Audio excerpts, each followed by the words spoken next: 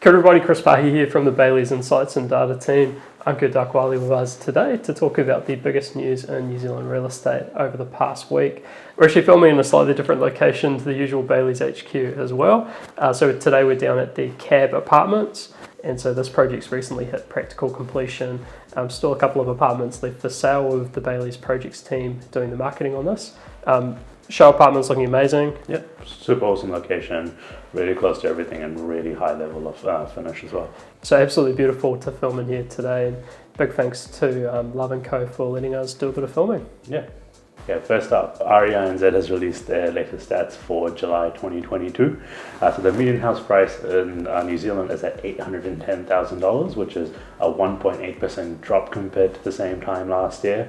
Auckland is still above $1 million at $1.1 million, which is about 5.6% drop compared to last year. Some areas do remain up on 12 months, so it's, things like Taranaki, Nelson and Canterbury are still up compared to last year. And more positive news, so the Property Council of New Zealand had their Property Industry Awards for 2022, and so within this they showcased the latest and greatest projects that have recently completed. And so a couple of winners in here. So the Supreme Award went to Auckland City Mission for their new homeground development. So this is a project with 80 apartments and various support services located in central Auckland. It's actually a timber construction building, which is super cool. The top multi-unit residential property award went to Ockham Residential's modal development in Auckland. The top office went to Generator's new shared office space at 30 Waring Taylor Street in Wellington. And the top industrial property went to Foster Construction's Hotapu HQ in Cambridge.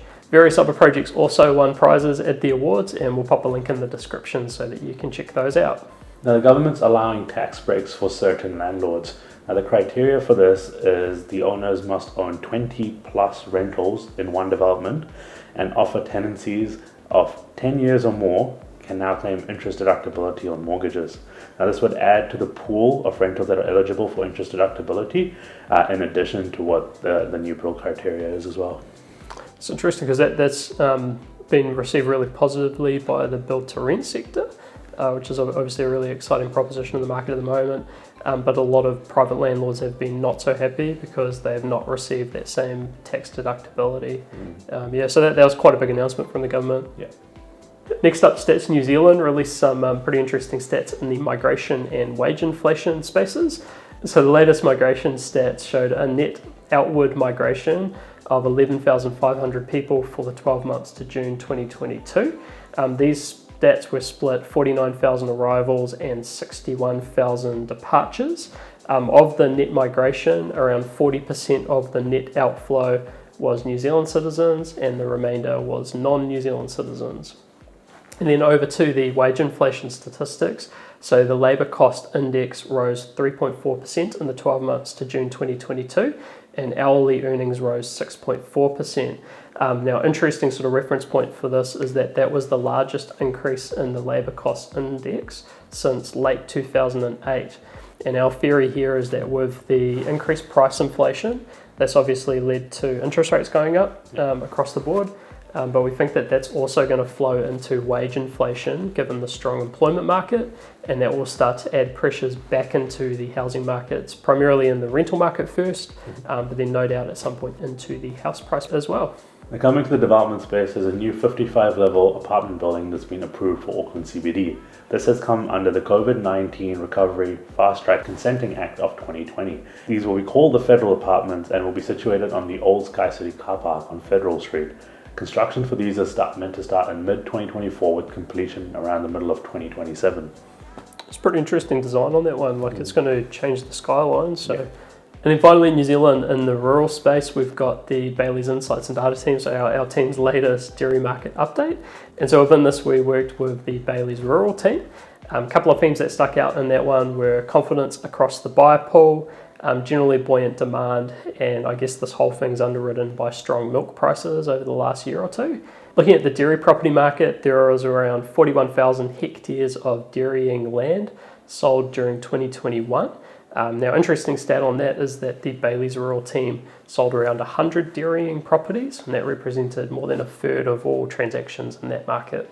Now, moving overseas, Bayleys global partner Knight Frank has released their latest Waterfront View magazine. This focuses on waterfront properties and research around that.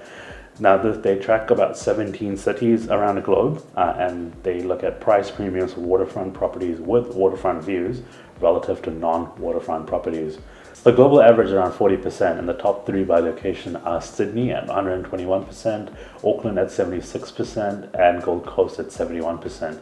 Now, if you look at even further variances between these, beach properties have the highest premium, followed by harbour, coastal, lake, riverfronting properties. Now, there's some excellent properties in this Knight Frank Waterview magazine. The stunning properties include Central House in Ireland, Crown Residences at the One Barangaroo in Sydney, and one of our beach basin in New South Wales in Australia. Yeah, that One Barangaroo property is pretty amazing. I think the price indication on that's up at around 100 million Australian for an apartment. But as you can imagine, super stunning. So yeah, real cool. And then going locally, we've got our property of the week.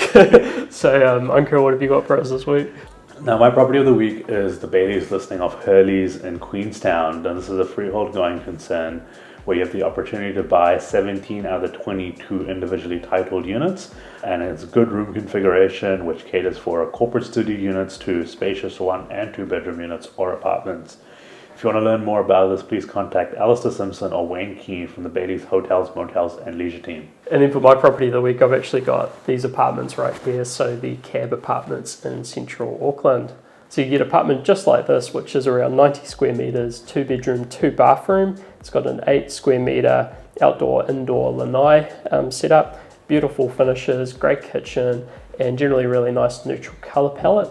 And if you want to get more details about these properties, you can talk to Kareem Garcia, Sally Ridge, or Susie Payne from the Bayleys Projects team. But that said, we'll wrap it up here. So thanks very much for joining us today. Thanks to Love & Co for letting us film within the beautiful apartment. And with that said, we'll see you next time. See ya.